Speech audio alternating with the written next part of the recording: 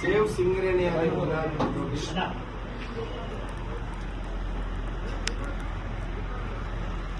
ఈ నెల 18వ తేదీ నాడు శ్రీరాంపురం ఆర్కే 7-9 నుండి ఈ జాతర కార్యక్రమం ప్రారంభించాం. శ్రీరాంపురం, రామకృష్ణాపూర్, బందమరి, కాశీపేట, బెల్లంపల్లి, గోలేటి నుండి గోదావరి కని 1, 2, 3 డివిజన్స్, భూపాలపల్లి, నిన్న మణుగూరు, ఈరోజు సత్తుపల్లిలో కార్యక్రమం చేస్తూ ఉన్నారు. సింగరేణి కార్మికుల హక్కుల సాధన ఏంటంటే ప్రధానంగా సింగరేణి కార్మికులకి మెడికల్ బోర్డు ద్వారా మెడికల్ ఇన్వాలిడేషన్ చేసి కార్మికులకి పిల్లలకు ఉద్యోగం ఇచ్చేటటువంటి సింగరేణి దాన్ని ఈ ప్రభుత్వం గత సంవత్సరం నుంచి దాన్ని ఆపేసింది. కాబట్టి ఆ సింగరేణిలో జరుగుతున్న మెడికల్ బోర్డుని యథావిధిగా కొనసాగించాలనేది ప్రధాన నిర్ణయం. రెండవది, సింగరేణిలో మారు పేర్లు ఉన్నటువంటి వాళ్ళని సొంత పేర్ల మీద రెగ్యులరైజ్ చేస్తారని కేసీఆర్ గారే అసెంబ్లీలో చెప్పాడు. అప్పుడు ఆయన ముఖ్యమంత్రిగా ఉన్నప్పుడు, కానీ దాని పరిష్కారం కావాల. రేవంత్ రెడ్డి గారు కూడా ఎన్నికల సందర్భంలో సింగరేణి ప్రాంతంలో వచ్చినప్పుడు చెప్పారు, కానీ ఇప్పటికి కూడా అది పరిష్కారం కావాలి.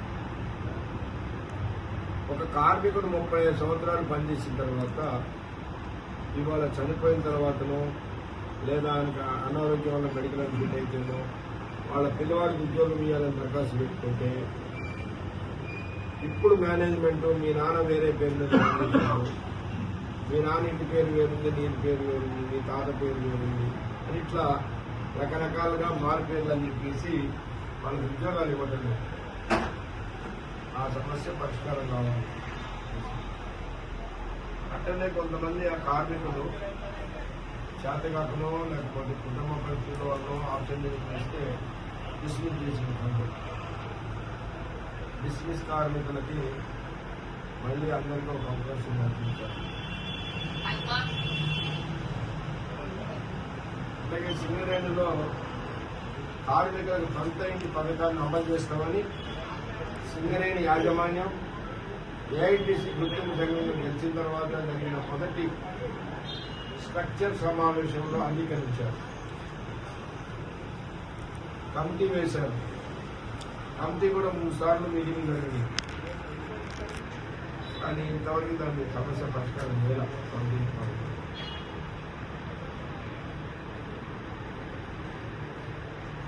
అట్లాగే ఇన్కమ్ ట్యాక్స్ దాదాపు 10 సంవత్సరాలుగా అలవెన్సుల మీద income tax coal India management pay చేస్తుంది. కారణంగా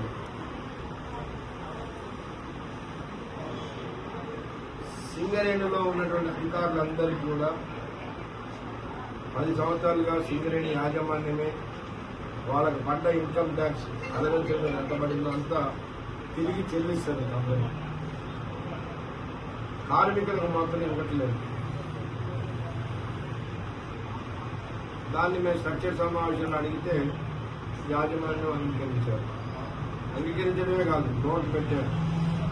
పర్సనల్ డిపార్ట్మెంట్ వాళ్ళు నోట్ పెట్టి డైరెక్టర్ సంతకానికి అయిపోయింది.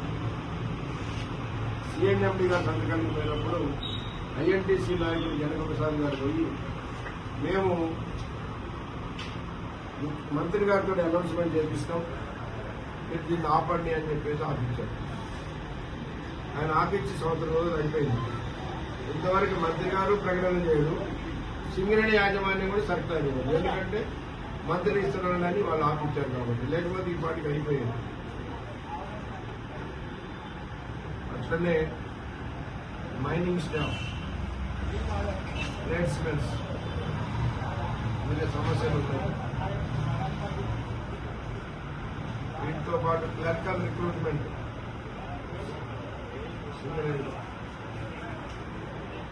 ఇంటర్నల్ కార్మికులతోటి సింగరేణిలో 6,000 మంది అప్లై చేసుకున్నారు క్లర్కల్ ఉద్యోగం.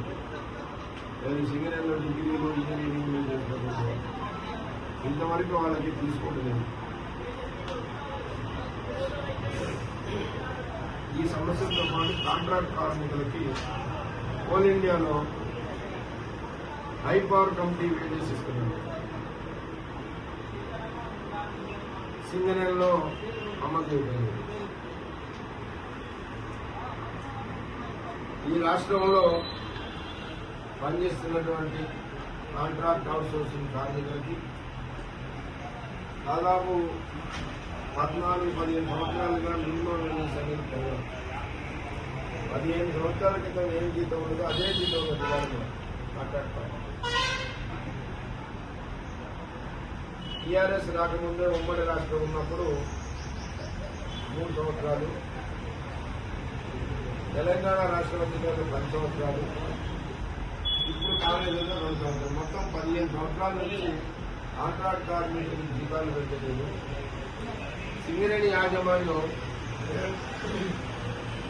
మేము దాన్ని అమలు చేస్తాం కానీ గవర్నమెంట్ జీవో ఇస్తే అమలు చేస్తాం. కాబట్టి కాంట్రాక్ట్ కార్మికుల జీతాలు కూడా పెంచాలి. ఈ డిమాండ్ ఏమో కార్మికుల విషయం. సింగరేణి పరిరక్షణ ఏంటి అని అంటే, సింగరేణి కంపెనీ నుంచి తీసే బొగ్గులో 70% బొగ్గుని ఈ రాష్ట్ర ప్రభుత్వం జన్కో కంపెనీ ద్వారా తీసుకుంటుంది.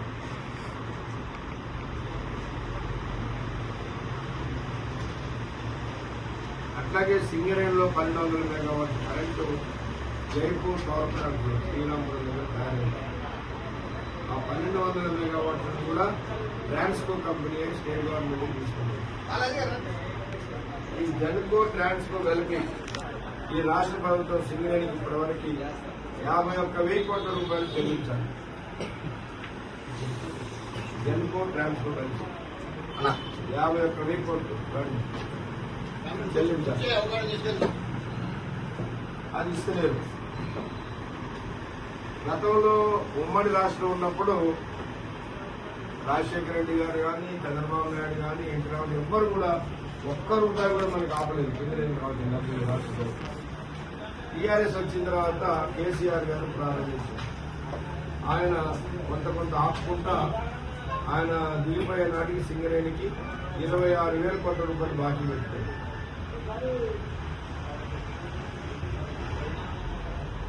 ఆనాడు కాంగ్రెస్ పార్టీ తరఫున భట్టి గారు పాదయాత్ర చేశారు.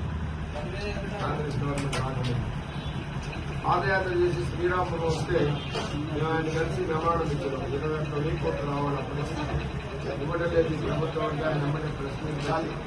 టీఆర్ఎస్ ప్రభుత్వం దుర్మార్గం, సింగరేణి డబ్బులతో దోచుకుంటున్నారు. సింగరేణికి ఇవ్వాల్సిన డబ్బులు 20,000 కోట్ల రూపాయలు ఇవ్వలేదు. సింగరేణి నష్టాలకు పోతుందని చెప్పిన భట్టి గారు ఇప్పుడు మాకు ఇంధన శాఖ మంత్రి, అంటే ఇటు కరెంటుకి బొగ్గుకి కూడా ఆయనే మంత్రి. ఇప్పుడు ఆయనే మంత్రి, డిప్యూటీ చీఫ్ మినిస్టర్ కూడా అయ్యి 51,000 కోట్ల రూపాయలు ఇవ్వాల్సిన ఇవ్వకుండా ఆయన ఆపుతారు. దానివల్ల ఇవాళ సింగరేణి దివాలా తీసే పరిస్థితికి వచ్చింది.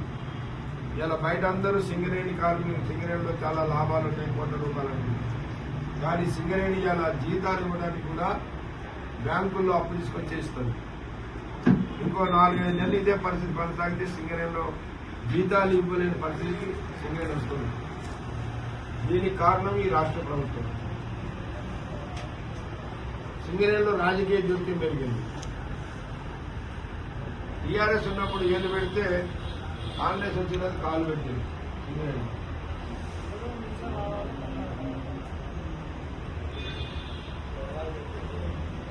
టీఆర్ఎస్ ప్రభుత్వం ఉన్నప్పుడు ఎమ్మెల్యేలకు 1 కోటి రూపాయలు ఇచ్చారు ప్రతి సంవత్సరం.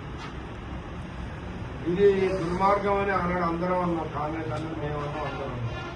కానీ ఇవాళ ఎమ్మెల్యేలకు ఒక్కొక్క ఎమ్మెల్యేకి 3 కోట్లు ఇస్తున్నారు సింగరేణిలో. సిఎస్ఆర్ నిధులండి, డిఎంఎఫ్ నిధులండి, డెవలప్మెంట్ పర్పస్. డెవలప్మెంట్ అంటే సిఎస్ఆర్ నిధులని ఒకప్పుడు ఏం చేసేవాళ్ళంటే సింగరేణి కంపెనీ సూచించేది ఈ పనులు చేయాలి. కానీ ఇప్పుడు అట్లా సూచించకుండా ఎమ్మెల్యేలకు ఇచ్చేస్తారు. ఇది టీఆర్ఎస్ వచ్చిన నుంచి అలవాటు చేశారు. టీఆర్ఎస్ వాళ్ళు ఒక్కొక్క ₹1 కోటి ఇచ్చారు, వీళ్ళేమో ఇప్పుడు ₹3 కోట్ల ఇస్తారు. పనులు చూపించి అమౌంట్ రిలీజ్ చేశారు, కానీ పనులు చూపించకుండా అమౌంట్ డైరెక్ట్ ఇచ్చారు. ఏం చేసుకుంటారో ఎవరు తెలియదు. 3 కోట్లు అయితే ఎమ్మెల్యే ఖాతాకు పోతాయి.